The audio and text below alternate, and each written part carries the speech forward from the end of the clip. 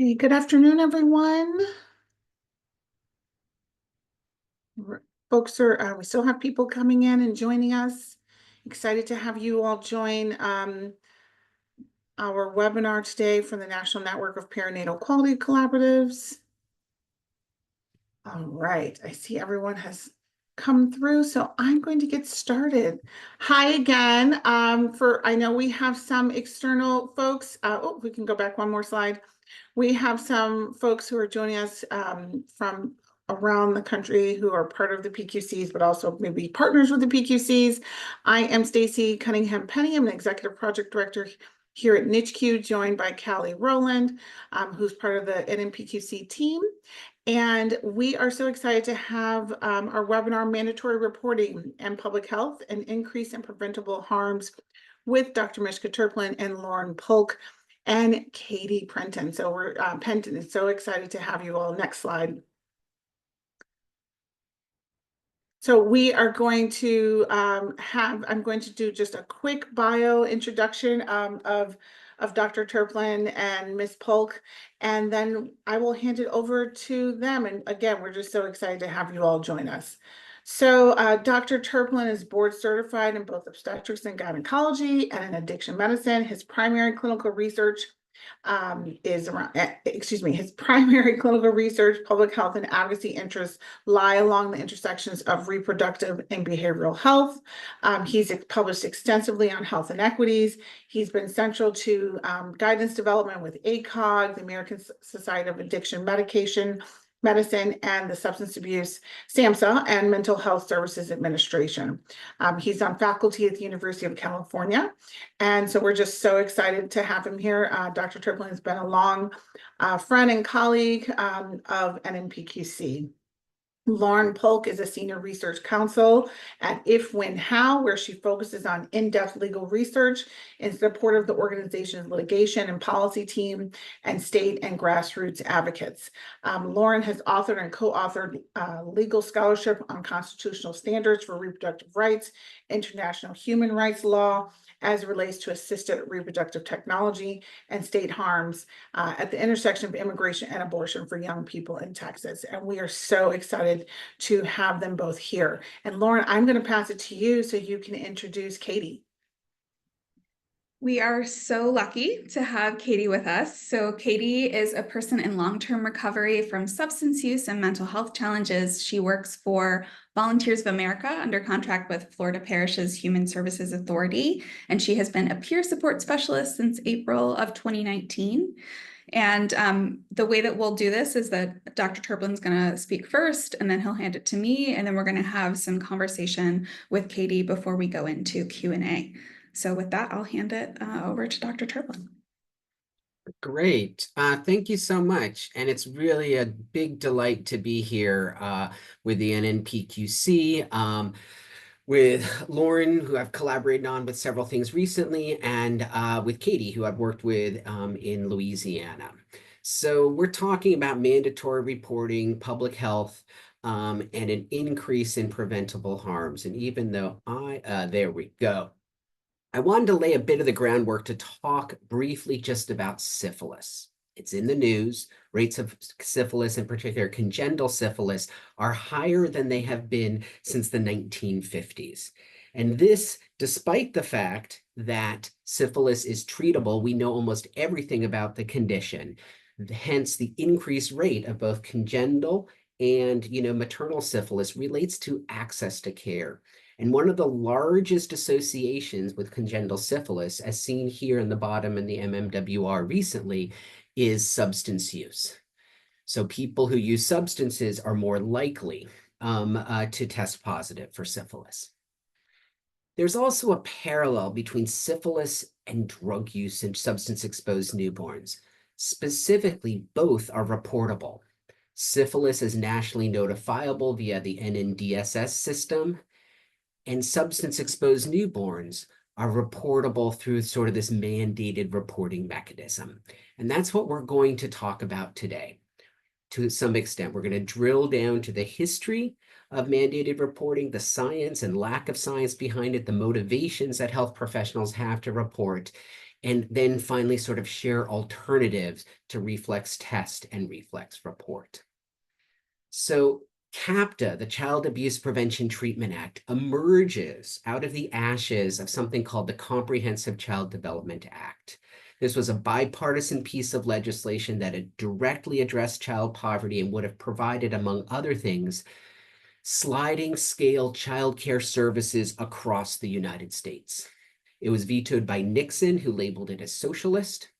And sort of in response to that, the Congress went back to the table and then presented the bill of CAPTA, the Child Abuse Prevention Treatment Act, something that Marty Guggenheim sort of described as a place where the federal government shifted from comprehensively addressing child poverty to criminalizing poor parents as potential child abusers. And you should know that there was nothing in the original CAPTA language related to substance use, substance exposure that enters into CAPTA reauthorizations really following the crack cocaine, crack baby hysteria. And as a consequence of this, it's shifted the landscape of what child welfare looks like, in particular, what foster placement and child removals look like.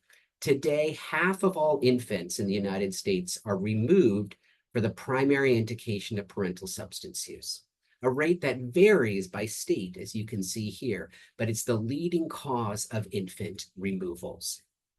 And these state policies have been increasing. CAPTA changes periodically, and states make statute a little bit more rapidly. And we've seen over the last 20 years, the arc of state policy related to substance use and pregnancy becoming more punitive. And by punitive policies, I mean not just mandated reporting policies, but also policies that label substance use and pregnancy as child abuse, and policies that allow for coerced treatment of pregnant people who use drugs. But since these policies have been around now for 10, 15, 20 years in some states, we can evaluate the population health outcome of them. And we know that punitive policies are actually not associated with improvements in birth outcomes. There are states that have implemented punitive policies have seen increase in the odds of neonatal abstinence syndrome, increase the odds of low birth weight, odds of preterm delivery, and a decreased odds of any prenatal care. The primary driver of reports to the child welfare system over the last decade are health professionals. Reports from the police, anonymous, family, and other sources have remained unchanged. But the rates of reports from health professionals has increased some, 400%. And these reports compound existing racial inequities, as you can see from these data here. This is looking at reports that were screened in by child welfare by year, stratified by the race of the child. Overall reports increasing, but increasing far more rapidly for American Indian and Black infants in particular. And behind these reports, most of the time there's a drug test. So I want to briefly talk about how we assess substance use in pregnancy and what are the limitations of some of those things. So we can assess either using screening, which is talking to somebody, or using a validated instrument, or we can do a drug test, which looks at the presence or absence of, parent compounds or drug metabolites present in a biological matrix such as urine at a specific point in time. And there's two types of drug tests. One is based upon, is very much identical to the rapid COVID test. It uses an immunoassay, an ELISA technology. It reports results as binary, positive or negative, and reports results within minutes. Then there's definitive tests, which are really like the COVID PCR. They use the technology of gas chromatography or mass spectrometry. They take days to weeks to result, and they get specific measurements of compounds and in nanograms per deciliter or something like that. So these are the two technologies of testing. There's a lot of problems with presumptive tests. They yield a poor quality piece of information. They yield a poor quality piece of information for several different reasons. First, there can be lots of false positives. Cross-reactivity in the immunoassay is common. As seen here on the left, this is a partial list of compounds that can cause a false positive for various drug tests. Second reason that it yields a poor quality piece of information is that the test is biased towards how we metabolize substances. Things that clear the system more rapidly are more likely to be negative. Things that the metabolites can stick around for a while are more likely to be positive. Cannabinoid metabolites can stick around for weeks or even months in some people. Hence, this test biases towards things that take longer to clear. And finally, you can have a true positive, but misinterpret that piece of information. For example, there's at least 3 articles shown here in which newborn drug tests were positive for fentanyl. The source of fentanyl was not illicit fentanyl, but was fentanyl administered during the labor analgesia. And if you don't know this, you're going to misinterpret these results. And it turns out that health professionals are really poor at interpreting drug tests. This is a study. They use this instrument here on the right-hand side. I pinned this level of information at what I'd expect a medical student to know, and it was administered to general practitioners across Canada. No doctor got 100% on this test. The average was 50%, and in fact, people who used drug testing scored 1 point lower than people who did not. So, in sort of semi-conclusion, drug tests are overused and misinterpreted. And this is of consequence. American Society of Addiction Medicine states equating a positive toxicology test with child abuse or neglect is scientifically inaccurate, inappropriate, and can lead to unnecessarily punitive approach, which harms clinician-patient trust and person engagements with healthcare services. As we'll hear more from Lauren, a drug test is not required in CAPTA. Positive test results are not required to reporting. And professional society recommendations are clear. A drug test is not the proper way to assess addiction. It's not a sign of health, ill health, evidence of harm, or criteria for discharge. And all professional society statements around drug testing state that consent is required from the patient prior to ordering the drug test. In contrast, what is recommended is screening using a validated instrument. And ACOG, SAMHSA, CDC go further and correctly state that participation in screening needs to be voluntary. So we have, despite the professional society statements and the evidence base that I briefly summarized, an epidemic really of over-testing and over-reporting, as illustrated by this partial collection of news stories. So the question sort of is why? Why is there this over-reporting? And I want to walk through some of the assumptions that health professionals have that lead to a child welfare report. One is this idea, I can't assess safety of this newborn, but there's this agency that knows how to do it. So better safe than sorry, I'm going to report. But I don't think most health professionals understand what happens after a report and don't understand what happens within the child welfare system. Foster care is not categorically more safe. In fact, 20% of children experience abuse or neglect per year in out-of-home placement. We know that children who are separated have higher burden of both mental and somatic conditions compared to the general population. The American Academy of Pediatrics has described the toxic stress that children who are separated experience, which is defined as the physiological result of physical, dangerous, recurrent, or prolonged experience of trauma caused by the initiation of the stress response without the protective existence of a compassionate adult. And both parents and children have experienced non-death loss and grief due to foster placement. In many ways, we internalize drug policy. We classify substances based upon prescribed, legal, and illegal, and we assume that those things that are illegal are more harmful.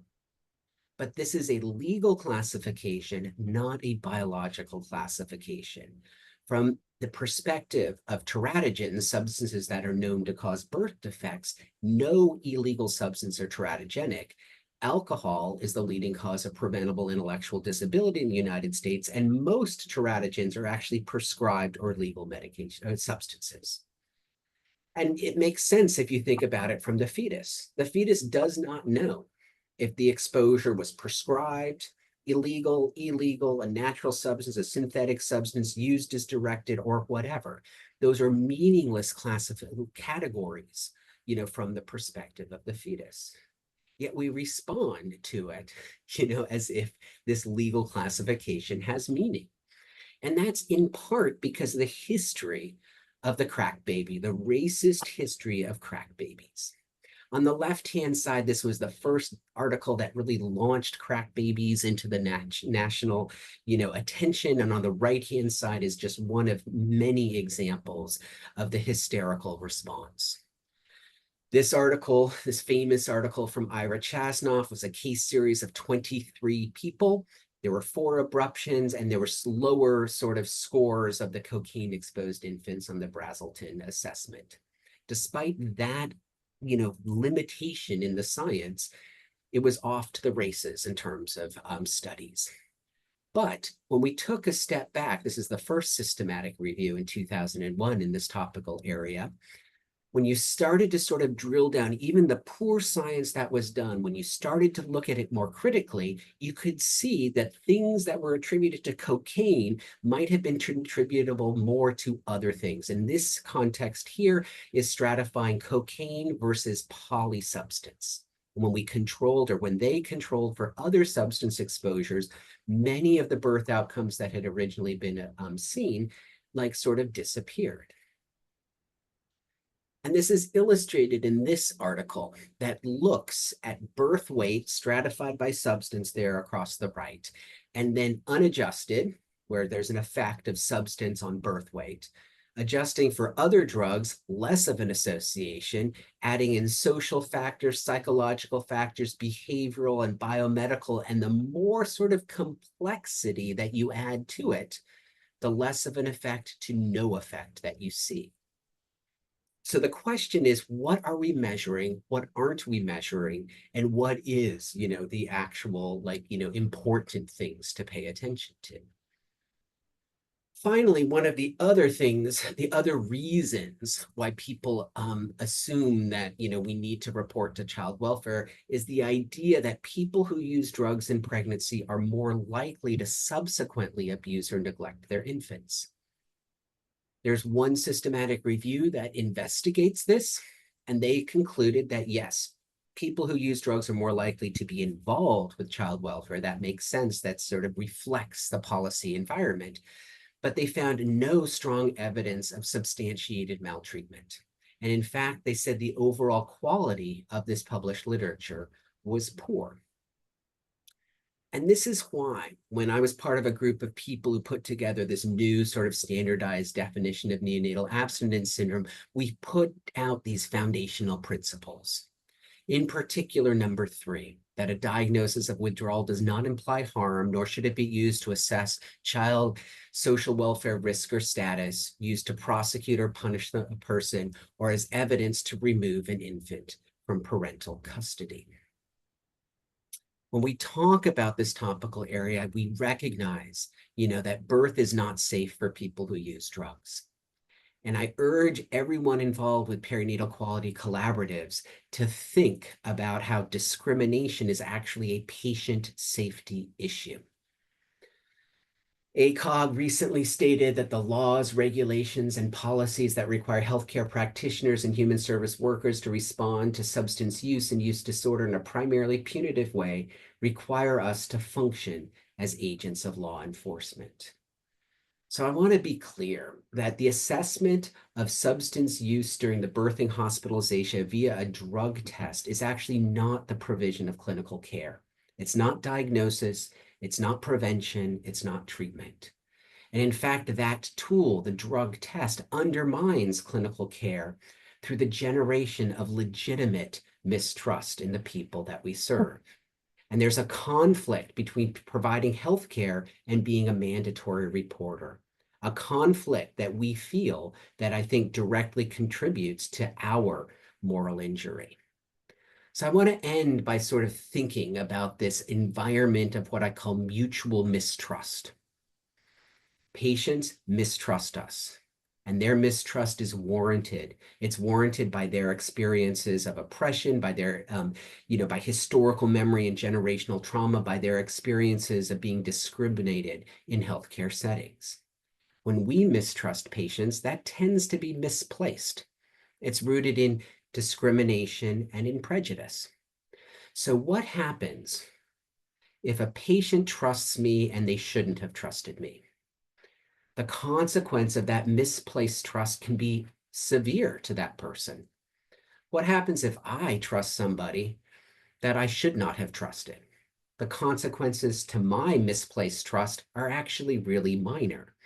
And this reflects sort of the power differential between the provider and the patient, and highlights how the risk and vulnerability in the relationship differs, and really points to the fact that I think the responsibility for overcoming mistrust rests with us, not with the people that we serve.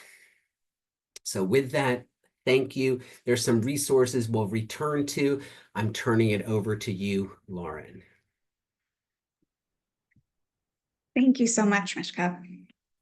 So to begin with, just some background, my organization, If When How, works to create a future where every one of us has the power and support to make decisions about our bodies, our families, and our communities without barriers, coercion, or punishment, and in safety and in dignity. So I work on our strategic advocacy team on law and policy issues where I focus on research, and I particularly am looking at the criminalization of folks for pregnancy outcomes. So Dr. Turpin was talking about some of his perspective on this as a medical provider, and I want to give you some perspective from my end as an attorney. However, this is not legal advice. This is a necessary lawyer disclaimer. We always do this, right? But I do really want to say that you all are the experts.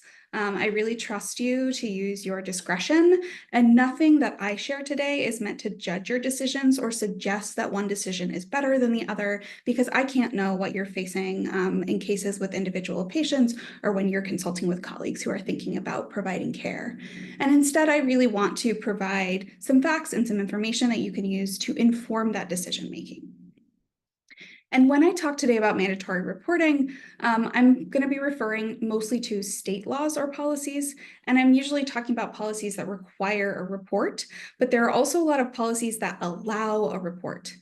But before I go into more about state-specific policies, I want to back up and talk a little bit about the history, and that history is mostly lies in federal policies that engendered the state policies. I really want to give deep credit to Lisa Sangoy of Movement for Family Power for many of the slides that will follow, where I will explain some of this history. Oh, there's a little delay there. So institutional orphanages really didn't exist prior to the 19th century. During that time, typically children whose parents could no longer care for them lived with and were cared for by their relatives or by neighbors. And in the mid-1800s, the population of homeless children in large eastern cities like New York grew to the point where it caught the attention of a New York Protestant minister named Charles Loring Brace, who's pictured here on this slide.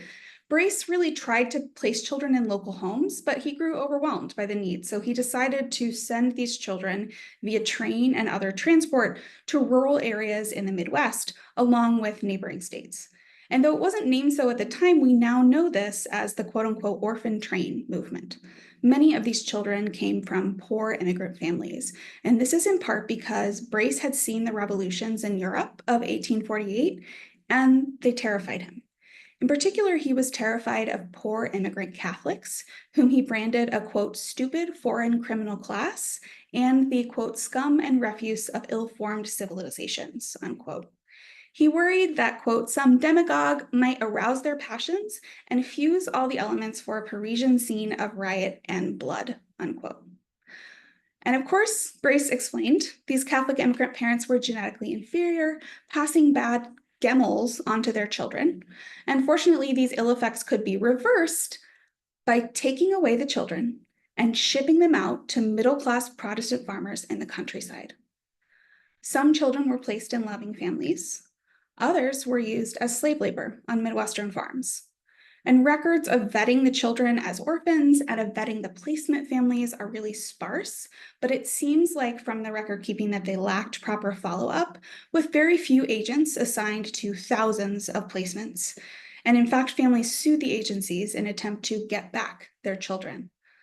So I'm sharing this because Brace is largely credited with the idea that children fare better in families than in institutions, which makes a lot of sense.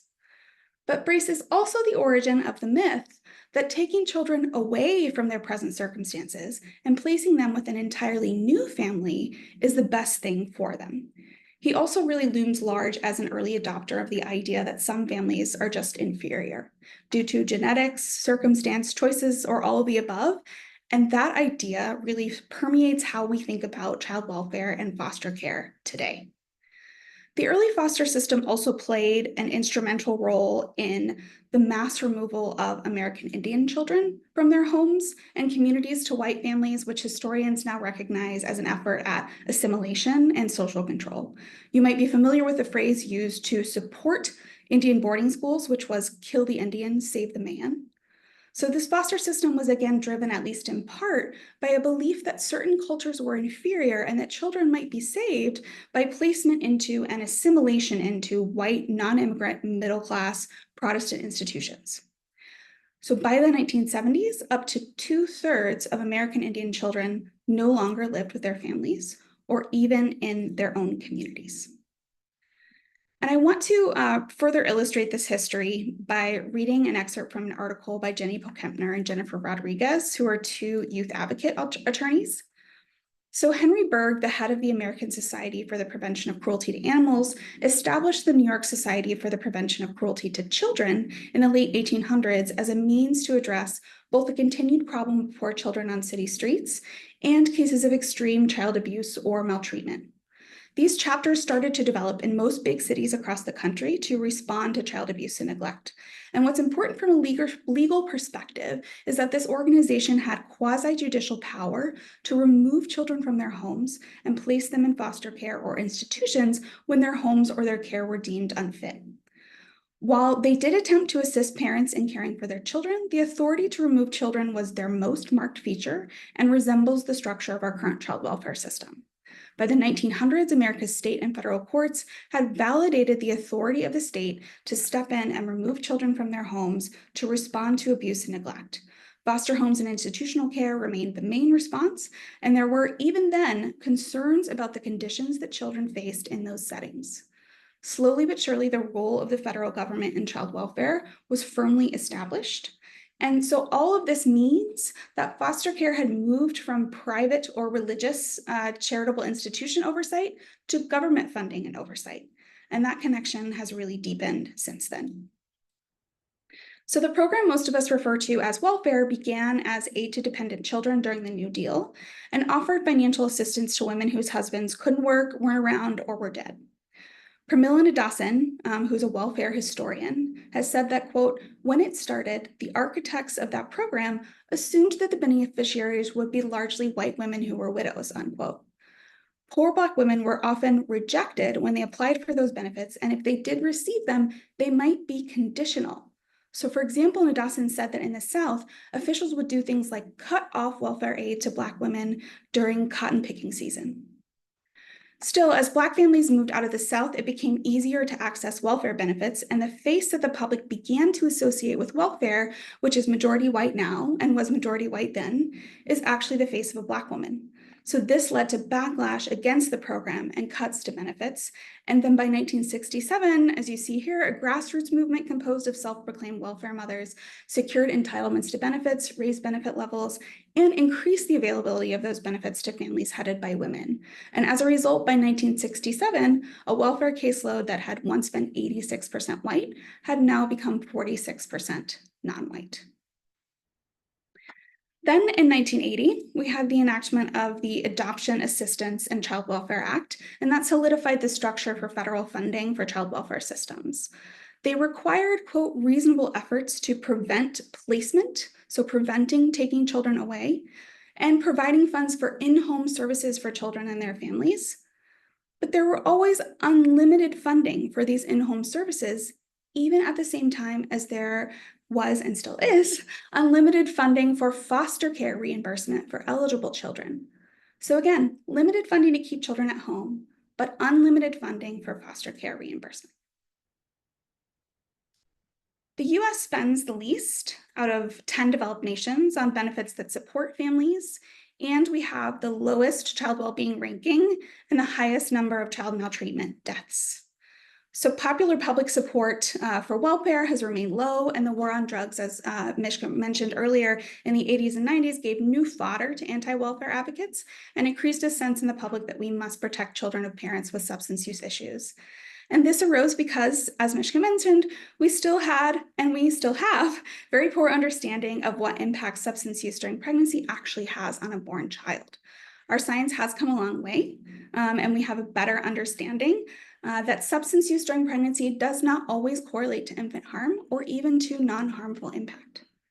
So all this resulted in the fact that without evidence, both policymakers and the public decided that the best way to protect children of struggling families is to remove them from the home. So now I want to bring us to the present with the law that we're dealing with right now. So as Mishka mentioned, in 1971, Nixon vetoed bipartisan legislation that would have established a multi-billion-dollar national daycare system, in part to ease the strain on single parents, which would ease the strain on the welfare system, was the thought. Instead, 3 years later, they enacted CAPTA, which is the current law governing child abuse. And most importantly, for our purposes today, CAPTA requires each state to have procedures for reporting abuse and neglect in order to receive the grant money that's tied to the prevention and treatment elements of CAPTA.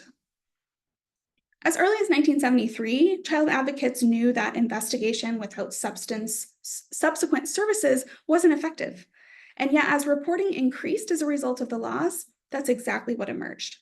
In 1975, a federally funded report studying reporting laws stated that CAPTA was in fact, quote, creating a system of reporting sanctioned and encouraged by the law, which could invade and harm the lives of parents as easily as help them.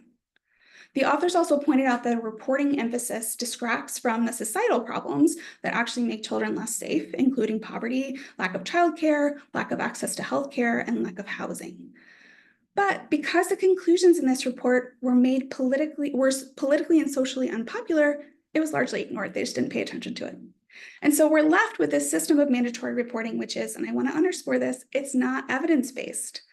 It was at this point in the 70s when states also decided, without evidence, to add penalties to the law for a failure to report. What is evidence-based is that mandatory reporting is fraught with bias.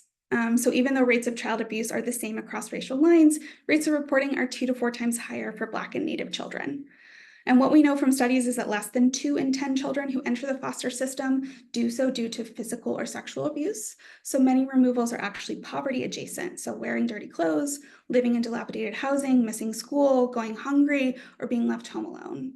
And others are related to healthcare concerns such as substance use, and I want to talk about that. But before I do, I really want to make clear child abuse is real. It's a real concern, and I believe that we are all responsible for addressing it. And the current system that we have for doing that is not working. We know that rates of reporting are higher, but what about rates of removals, where CPS decides to substantiate a report and remove a child? So we know that there's 1 in 17 children, and this is between 2000 and 2011. I'm trying to get this slide to come up for you, but it doesn't want to. So 1 in 17 white children removed from their homes, 1 in 9 Black children, and 1 in 7 American Indian children have been removed. And Indigenous parents are 46% more likely to have their parental rights terminated entirely than white parents. So mandatory reporting is really a racial justice issue because you can see how it disproportionately impacts children of color, particularly Black and Native children. The slides don't like me anymore. There we go. So The language I want to hone in on in CAPTA is this, that states are required to have policies and procedures to address the needs of infants identified as being affected by prenatal drug or alcohol exposure. So what's clear in this statute is that healthcare providers and other professionals who are involved in the delivery or care of an infant are mandatory reporters. And they're required to report certain happenings to their state child protective agencies. But what is unclear is what legally genuinely requires a report. And that lack of clarity is really unfair for providers. And so I'm going to spend some time walking through what's generally true in every state. But if you're a mandated reporter and after seeing this, you have questions about what the law really says and genuinely requires of you, please reach out to our technical assistance team. I will pop that information in the chat when I'm done speaking. So first, the federal law does not require drug testing at birth. Let me say that again. CAPTA does not require drug testing at birth. Second, no state requires that all birthing people be drug tested or that all newborns be drug tested. And the federal law does not require reporting positive drug tests. Every state has some variation of when a report actually has to be made. Some of those states do require a report for a positive test, but a lot of them only require what CAPTA requires, which is a notification and a plan of safe care when an infant is substance affected. And the difference between a notification and report can be a really big one. A notification puts the decision into the hands of the child welfare agency and lets them decide whether or not to actually file a report. This should feel relieving because I think for every healthcare provider who takes the better safe than sorry approach, there are others who understand what it means to bring CPS into the lives of families and feel the need to second guess themselves because they know what might be at stake. And regardless of how this goes, healthcare providers can be the family's best advocate during a notification or during a report to CPS. And so I want to put that power back into the hands of healthcare providers because this system can make us all feel powerless. And I want us to take that power back whenever and however we can. So what we've found is that healthcare professionals have very different ideas about what their state law requires, in part because it's confusing, and in part because hospital and clinical policy sometimes go beyond what the state law requires. And sometimes that has a medical purpose, but sometimes, as with universal drug testing, it's guided by this idea that this policy or that policy will either reduce disparities or reduce liability. And I don't think these universal drug testing policies actually do either of those things. So I'm going to start talking about the family policing system, which is what a lot of advocates have taken to calling this system of mandatory reporting and the folks who enforce it, and what happens to families when they're in the churn of that system. And what I share might feel jarring. You might be hearing some of this for the first time, or you might work within that system and have an entirely different experience. So I want to acknowledge that everyone comes to this work with different personal and professional experiences, and I'm sharing information about a system, and I hope you keep that in mind as we get into some of the harms that I'm going to be discussing. So we know that bias is deeply baked into how these laws are applied in practice. So some of the questions I want to ask are, who gets drug tested and why? Who's reported for a positive test and who isn't? What does the phrase affected by substance use or withdrawal symptoms really mean? And does that standard change based on who the birthing person is? And as Mishka mentioned earlier, who do providers trust? Who do they believe? So reporting laws in practice, if not in intent, are discriminatory and discretionary. They are not neutral. And that's one of the reasons we see the gut-wrenching statistic that over half of Black children have been subjected to child maltreatment investigations. And so it's worth saying again and remembering and taking this with you from the presentation, reporting is not neutral. What I really want to emphasize is that if you ever make a report, it's so critical that you're basing that report on clear and indisputable facts, not on hunches you might have or gut feelings. And that's largely because of the harm that this report could lead to. And I have 2 more slides and I will go quickly. So people often think and are led to believe that they're helping and connecting people to resources when they make a report, but I'm here to tell you that that is rarely what actually happens. I want you to imagine a healthcare provider at your institution caring for a person with a newborn. Their baby is healthy, but there was a positive drug test. And so the medical provider with them when they gave birth made a report to the state's child welfare agency because that is what their employer or supervisor led them to believe was necessary under the law. And so what follows is an extremely common course of action. First, a caseworker begins an investigation.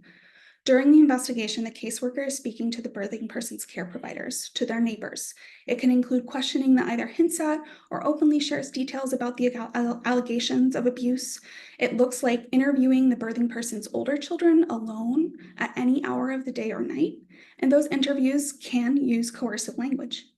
And the one constant that families affected by these investigations have shared with us is that they are painful, invasive, and they can feel more like a game of gotcha than a way to genuinely assess a family's needs. Reports based on positive drug tests are fairly easy to substantiate or indicate. And what that means is that the caseworker determined that there was some credible evidence to support the content of the report that was made. So you're probably wondering, what does some credible evidence mean? It's a legal term of art, and it's an incredibly low standard. And it means that something is not necessarily true, but is, quote, worthy of belief. In other words, when there's a positive drug test, a Child Protective Services caseworker can substantiate nearly anything. So what I want mandated reporters to think about is that if you're reporting positive drug tests, but you really don't have serious concerns about a family, then what that means is that you're making a report with the hope that the family will receive support or assistance. But in reality, the only thing that you can be certain of is that the report will likely be substantiated and that parent's name will be listed on the state central registry of child abuse for many years, and in some states for the rest of their life. And that has direct consequences for their family's economic well-being because it significantly restricts employment opportunities. So the harm that flows from that reporting cannot be overstated. At this point, the state agency has two options. They can offer services, which they claim to be voluntary, but can actually be quite coercive. Because oftentimes if a parent doesn't want to or need to engage in those services, or if they're genuinely unable to engage in them, then the child protective worker can just file a case in court and ask the judge to issue a court order for those very same services. So what was voluntary is now mandated. Let's dig into what I mean by services just a bit more. So services are inclusive of things I expect everyone supports, like wanted drug treatment, for example. But unfortunately, in most scenarios, that drug treatment is a one-size-fits-all solution to a very individualized and specific situation. Someone's history does not matter. Everyone faces the exact same treatment mandates. The treatment programs are frequently coupled with a mandatory mental health evaluation as well, which is similarly unhelpful and often unnecessary. And you might be sitting here wondering why a mental health evaluation is unhelpful. And the reason is that it's almost always only that, just an evaluation, with no meaningful connection to supportive resources, not individualized supports. Instead, it can be a way to pathologize parents, to pathologize race, to pathologize poverty, and to pathologize drug use. And services include things like mandatory parenting skills courses, and in cases when a report is made for a newborn, those classes tend to focus on newborns. And ironically, that's true even if a parent has older children. So what I want to emphasize here is that even when it seems like certain services could support a parent and their family, that is overwhelmingly not the reality if those services aren't individually tailored to what that family needs, or if they're coercive, or if they're little more than a box for a state agency to check, or if they're used primarily as a tool for surveillance instead of support. And the last point I'll make here is that oftentimes if the person making the report is a social worker, these are often the types of services that they're actually in a position to provide to these same patients. So to end up knowing that sometimes a report is legally required but may be harmful, here are some of the questions I'd encourage you to ask yourself and your coworkers. Do you know what resources exist in your community? What alternatives are there to reporting if providers have discretion? And how do you minimize the harm of a required report? And I'll try and share some resources about that as we go along. But first, I want to pass it back to Catherine. Hey, so y'all got to hear the medical perspective from Mishka and then the legal perspective from Lauren, and now you're going to hear my perspective as a person with lived experience in this area. When I gave birth to my son, I am in recovery from my IV heroin addiction, and I entered a program for women who are pregnant with opiate use disorder, and I quit using at about 12 weeks of pregnancy. And when I gave birth at the hospital, they had to do a C-section, so I was given opiates. I think my son was 16 hours old when the hospital social worker and a DCFS worker came into the room and informed me and my husband that they were opening a case on us because my son's urine tested positive for opiates. And I was like confused, and I was like, well, they gave me opiates here in the hospital. And the worker informed me that the opiates given to me in the hospital would not show up in the baby's urine. And so I told her, I'm not a medical professional. I don't know how any of that works.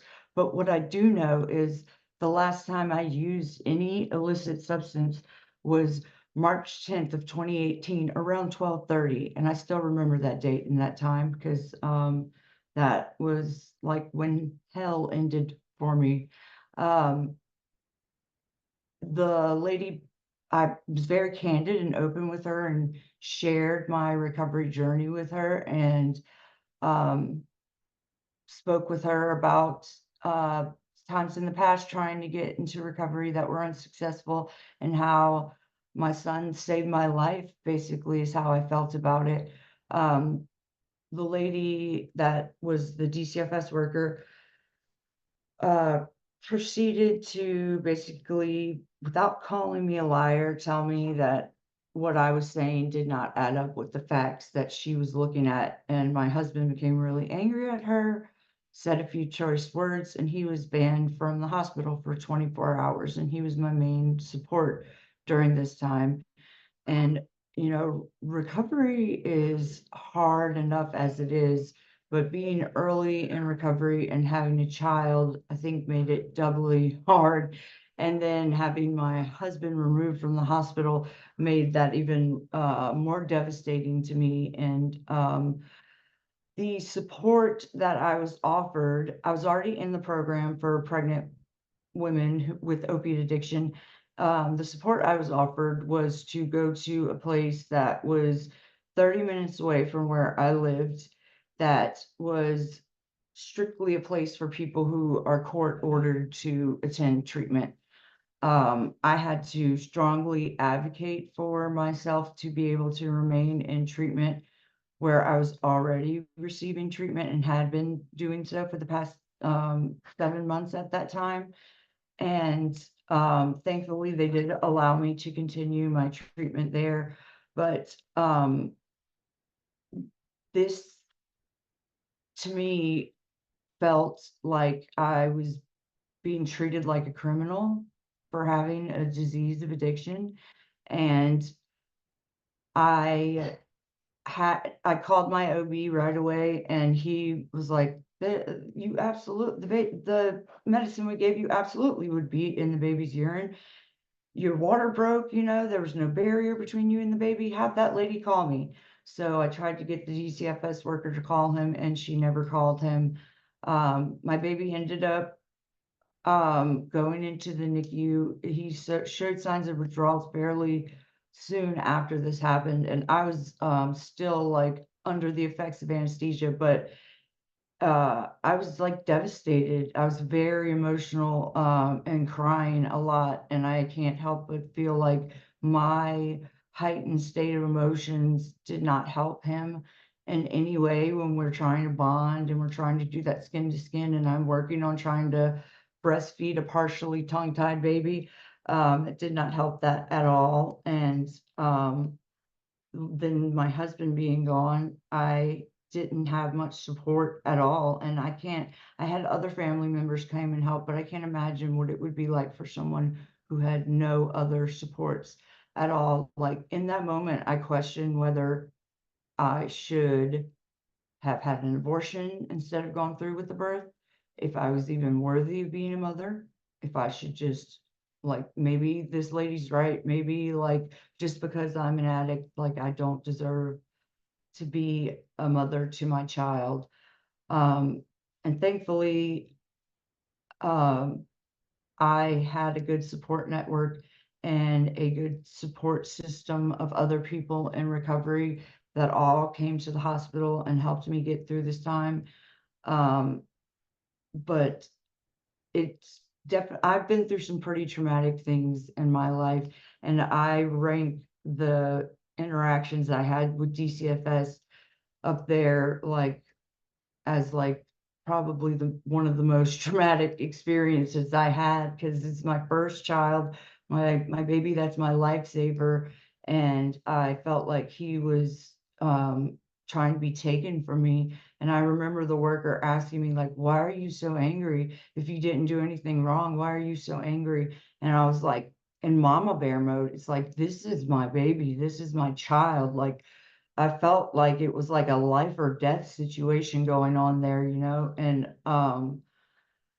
I that the only support that I was offered was going to treatment at that one place.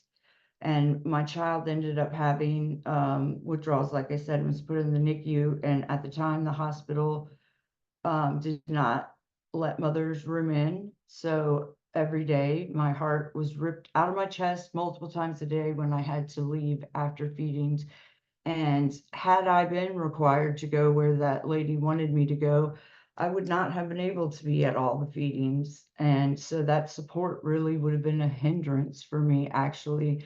And had I not had somewhat of a decent head on my shoulders and advocated for myself to stay where I was, things could have turned out a lot differently. They already were stressful enough to where I was really wanting to use, because I was so new in recovery. I still was working on coping skills of dealing with things. And in a situation like that, when you feel like, I felt like I worked so hard to get to where I was and was clean for the first time since I was 14 years old. And at 32, I just had this miracle baby. And here I am being felt like I was being treated like a criminal and the worst mom in the world. And it just devastated me and broke my heart and made me really contemplate suicide, contemplate using, and in the end was not helpful in any way whatsoever at all to my husband and I and our situation. Um, but I just wanted to share that. I hope someone gets something out of that. I know we're going to do a Q&A section, so I'll go ahead and end with that.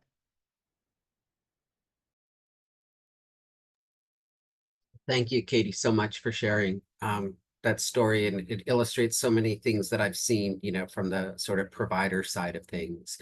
I think you illustrated really nicely how some of the policies and really like the misunderstandings also around the policy generate, you know, like mistrust and legitimate mistrust in people who actually come to health care, seeking services, and, you know, end up really just with surveillance. And the other thing too is like how the system mandates you to do something you're actually already doing, and your addiction treatment was higher quality than what the system was sort of, you know, kind of forcing you into. And I've seen this too, where I have patients who get they need a court mental health assessment or dual diagnosis assessment, and I'm like, they're receiving drug treatment. There's a psychiatrist I work with who sees them once a week. Like, what is the assessment? They're getting treatment. And this disconnect to some extent between the healthcare and the criminal legal system, as well as, you know, almost, you know, like a disregard, you know, almost for what we're doing clinically. But just want to reflect that back and thank you. Thank y'all. Appreciate it. Mishka, I saw a question earlier in the chat asking how consent figures into all of this. Can you talk a little bit about what informed consent really should look like in these circumstances? Yeah, I mean, I guess I'll be a little bit critical at first. In that all professional, I mean, this is not just true for a drug test, but this would be true for any invasive procedure, that people like the consent reflects autonomy. But, and this is the critical part, like it's a little bit false to assume that it's putting your signature on a piece of paper actually confers true autonomy and empowerment to the, you know, to people within, you know, when they're hospitalized, and that undoes, you know, like structural like oppression and discriminations and things like that. So it's essential, but it's insufficient. So what consent means, it means that the person understands what you're doing, i.e. you're going to get a drug test. They understand why you're ordering the drug test. And I would say that the consent should also include what you're going to do with that information. You know, where does the information go? And who has access to it? And finally, consent also, like another way to look at autonomy is that people have the right of refusal. And that's also part of the consent process. And that refusing something such as a drug test does not and should not negatively impact like somebody's care.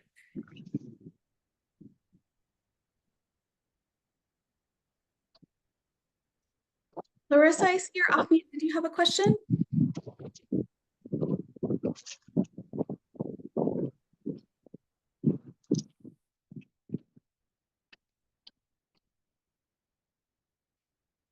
It's a great photo, Katie.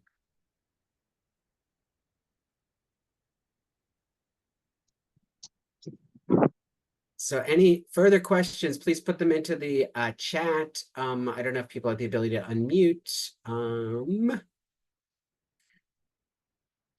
Lauren, you shared the If, When, How resource that details, I think this is a really wonderful resource. It details exactly, you know, what the state statutes state and like contains in terms of testing, both maternal and newborn, as well as reporting.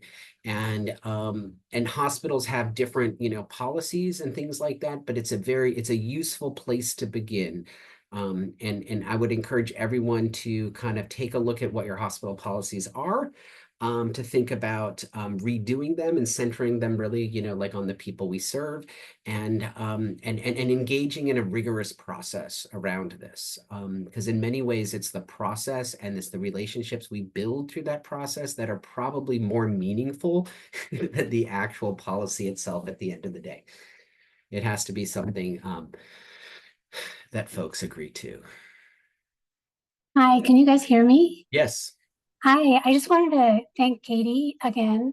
And I was wondering from her opinion, what she would like to see change, how she would like to see things go, how her children are navigating their lives now, and you know, try to focus on some of the positive things she's done from learning from this experience, and what she feels can change from her experience. Well, I definitely know some of the things that negatively impacted me are already changing, like and this doesn't have to do with this, but the separating moms and babies when a baby's in withdrawal. That was just, I think it still has lasting effects on my child and our relationship from that separation for 28 days. But, you know, I was very open and candid with everyone in the hospital and when I visited the hospital, and I never met the social worker who brought the DCFS worker in to see me until that moment. And I was at the hospital while they were trying to induce labor before my C-section for a good 18 hours. And I felt like that maybe there could have been some point she could have kind of came and introduced herself to me. So, and there was no explanation to me of how things were going to go and what was going to happen. My doctor tried to explain things to me about being on Suboxone and how that was safe, and that wasn't what initiated the report. But of course, there was fear on my part, and I heard from other people that just taking Suboxone, even if it's prescribed, could cause you to be reported to DCFS. So there's a lot of mistrust for people in the community with healthcare providers in general because of things like the people who are supposed to be responsible for your care and your support and your trust are the ones drug testing you. I think that at the clinic I work at all the time, the clinicians drug test the people coming there that are in drug court. And I'm like, whoa, like that messes up a therapeutic relationship so much, you know? And I just feel like, I it was to me, I felt treated as if my baby and I were like separate entities. And it was team baby versus team mom when I needed team baby mom, you know, because we might have been separated when they took him out of me, but we were one unit and we weren't treated like that. So just being treated as a dyad.